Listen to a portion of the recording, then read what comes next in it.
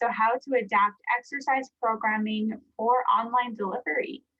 So I am Nicole Struthers. I did my master's in kinesiology at the University of Calgary.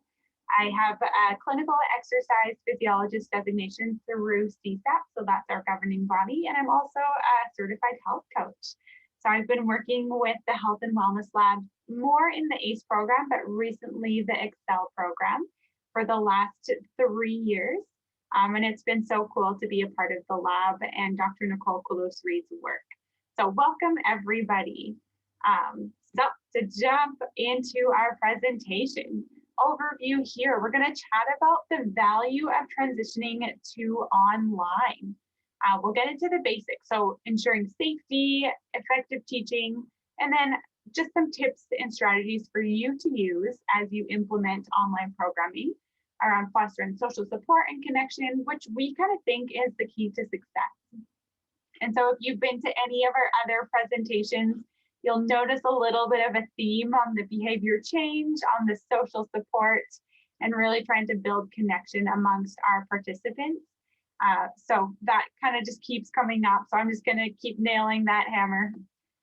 So before we get into this, we transitioned to virtual exercise classes back in, I want to say May was our first one. So obviously pandemic forced this to happen maybe sooner and quicker than we wanted, but we were able to work really hard, and we have a great team of staff that really worked hard to be able to offer our programs online. So since then, we have offered many programs. We've had hundreds of people come through our baseline classes, Excel, ACE program, as well as our maintenance programs. So to start off, I just wanted to share a quote from a participant.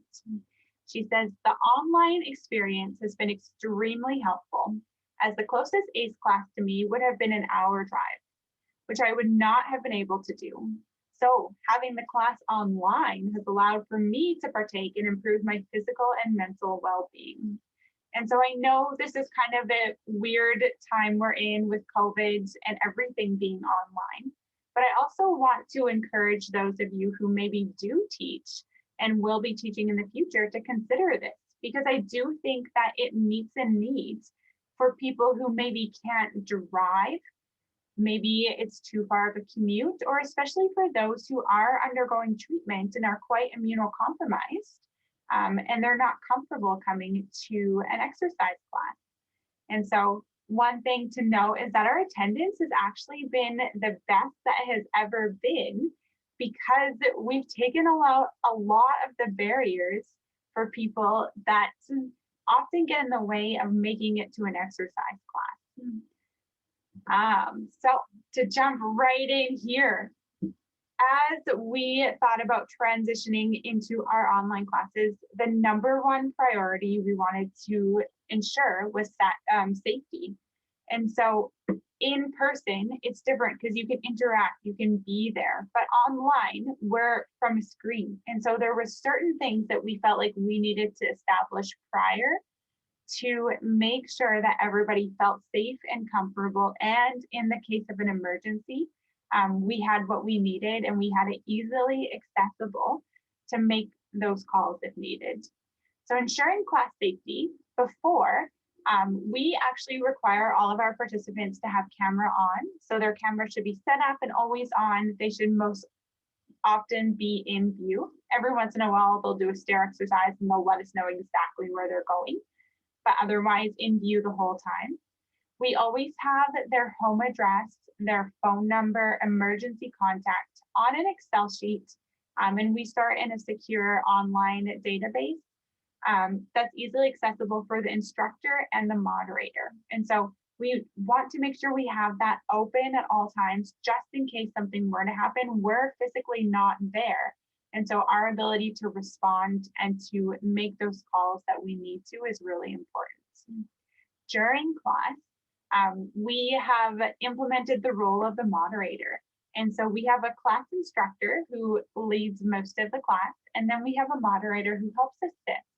And so their role is to check in and make sure camera angles are set up, kind of be a little bit of encouragement, but also to be able to chat to people if there's any issues, to be able to make those calls if needed, or to pull up that sheet and assist the instructor in just making sure everybody feels comfortable and safe in the online environment. We always stress to come on time for warm up. And so with our classes, often if you're not able to make it before warm up, unless it's like a one-off time, we actually don't often let people in, just to make sure that everybody is in the same space. It's different in person because you can get somebody to warm up and still facilitate the rest of the class. But online, it kind of disrupts everybody else's experience as well.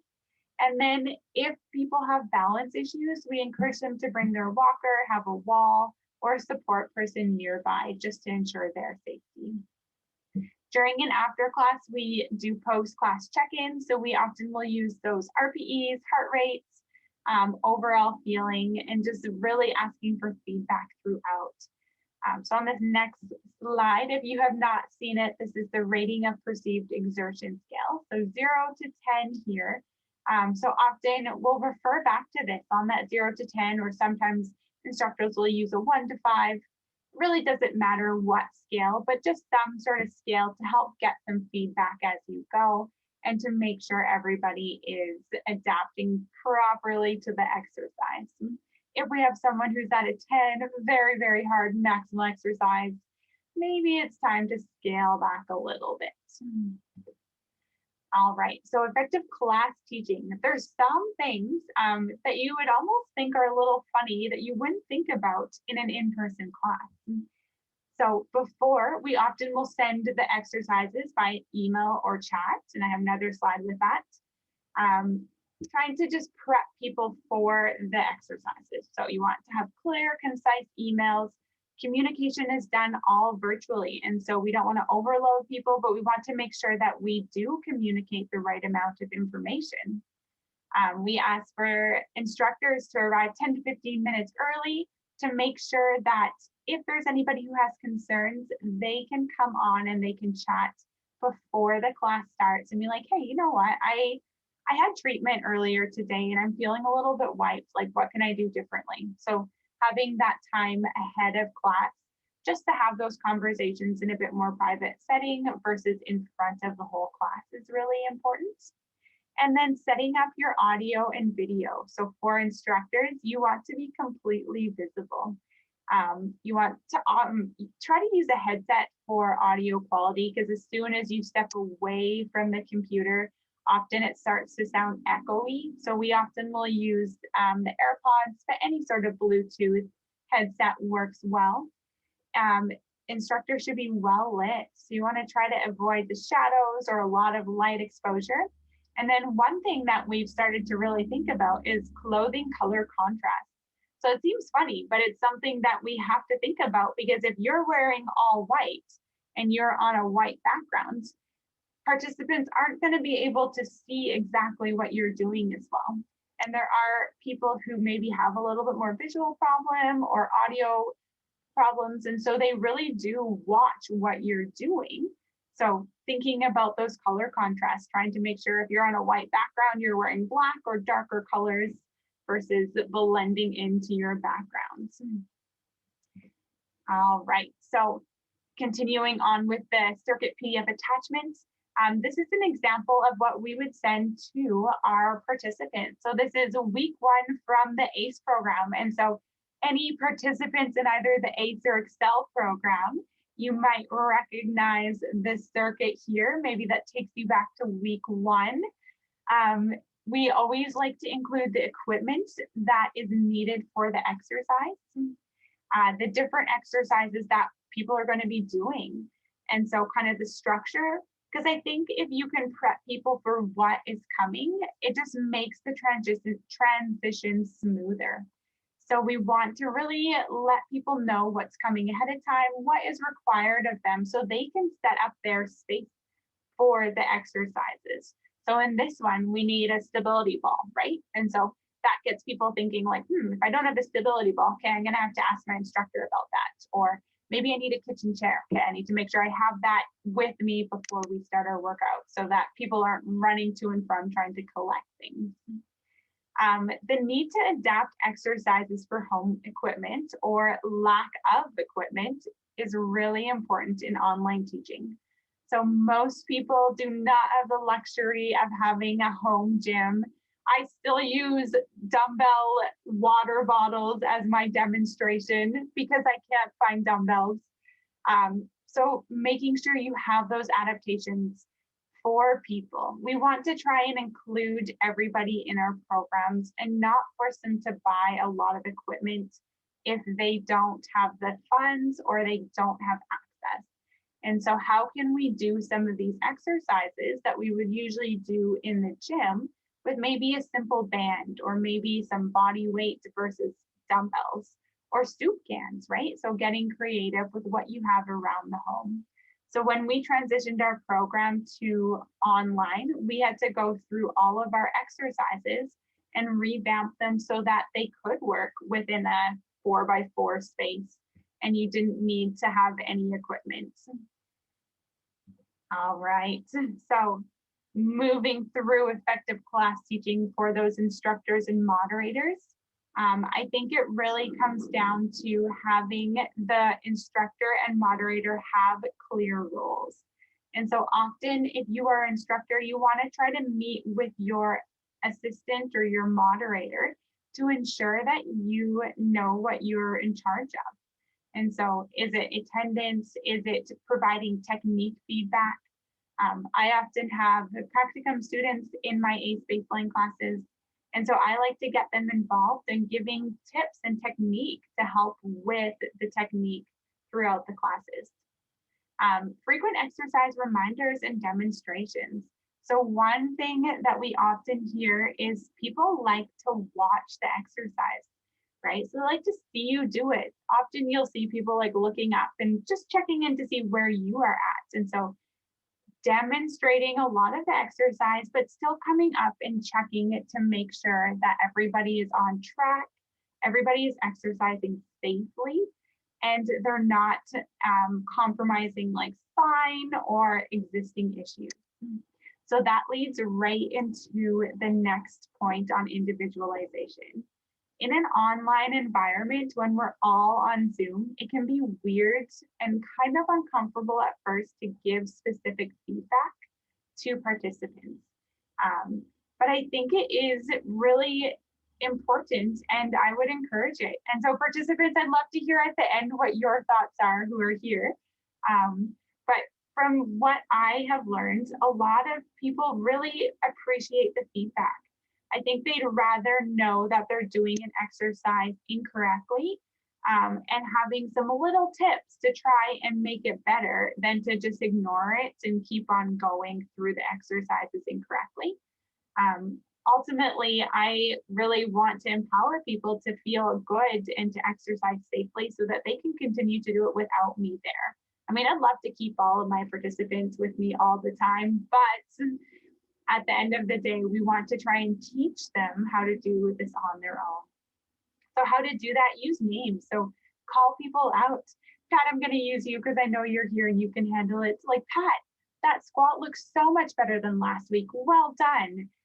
Give them constructive feedback as well as those reinforcements, right? Like, hey, I noticed that was so much better than last week. Like we corrected that and now all of a sudden it's looking so much better. Try to give some tips or some feedback to everybody. So don't single in on one person. So it's kind of a little bit of a give and take relationship, right? So we want to give feedback, but we don't want to overwhelm people or only single somebody out. So it's finding that balance. And then I think I've mentioned the 1 to 5 fingers or using that 1 to 10 RBE scale just to check in throughout. Like, hey, how's everybody doing? Give me a number on 1 to 5. How hard are you working right now? So those are just some tips to keep that communication open to really help foster that positive environment for working out. And then after, we've kind of hit this home a few times, so I won't go into it in too much detail, but having a little bit of a social afterwards, feel free to like encourage people to grab coffee, stick around. I think last night I chatted about some of the principles of behavior change. So using some of those education topics to really help people build that motivational climate and that support. And then kind of fostering that social support. So the key to success online. So just wrapping up here with a few things that we've learned kind of on our journey. Social support is important, and that's why a lot of people keep coming back to our classes. It is an integral component of group-based exercise classes, is that support. I mean, I think everybody loves me and my classes, but they're not just here for me. They're here to learn from everybody else in their setting as well. Couple early lessons that we had logistically. At first, we had muted everybody because audio quality was better and we were encouraging people to listen to their own music. But it also took away from fostering that social support. So there's a limited time for socialization during class. It was harder for people to ask questions, especially if they weren't quite as familiar with where the unmute and mute buttons were. So participants noticed that they felt disconnected. It felt like they were in their own space. So what we did is we gave people the option, like, hey, if you want to unmute yourself, if you're comfortable with that, we are okay with that. We'd love to hear your voice, have you ask questions. And that just helped to encourage that social support. So there was a little bit more interaction. When I made a joke, people laughed and it didn't seem as awkward. So that felt really good as an instructor. So you had a little bit more of that natural interaction that you miss when you're in person. So we had a bit more social time before and after class to help facilitate that. And then prompts for questions and sharing. So checking in with everybody at the beginning. Manny uses a question of the day, which is kind of cool. Like, hey, what's your favorite food? Or what was your favorite activity? I like to try and pull in some health coaching kind of concepts, like what's one thing you're celebrating this week, or what's one thing you're grateful for, to try and put a positive spin on the class. And then having those check-ins between circuits. So often we'll do our circuit 2 to 3 times, checking in after the first round, like, hey, how did that feel for everybody? Did anybody need any adjustments? Or did anything hurt? Or where did you feel that exercise? So having those quick little check-ins while people are on break is really important. So those are some of the big tips that we kind of learned and implemented on our journey here. So just to wrap up, a couple take-home messages. Safety first is kind of what we mandated. So having that camera on, making sure people are on time, having those emergency structures in place in case there was an issue. Effective teaching environment. So having audio and video be really clear, easy to follow, to avoid frustration for whoever is joining. Having that teamwork. So using your moderator as support, get them involved, get them timing, doing things to help facilitate that team. And then really providing feedback. So individualizing. Like I said, it feels awkward at first, but people do appreciate it.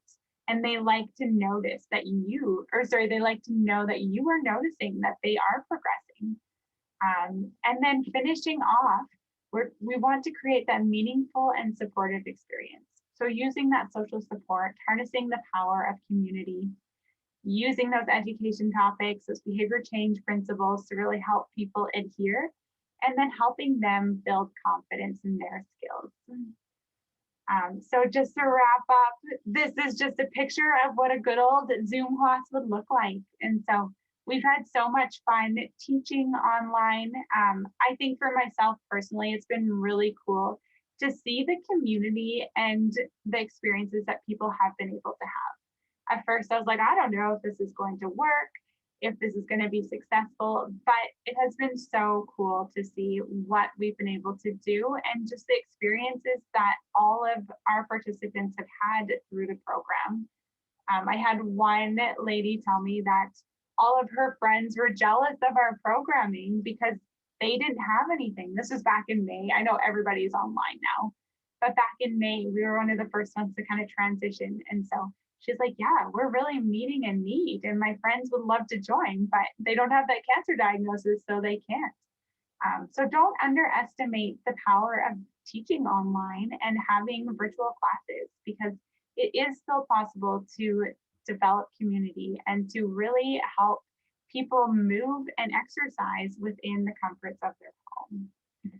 So if you have any further questions, there's my email. And then again, Dr. Nicole Struthers is also able to be contacted at the Wellness Lab at ucalgary.ca. So I'm going to wrap up there. We're going to stop the recording and I'm going to just open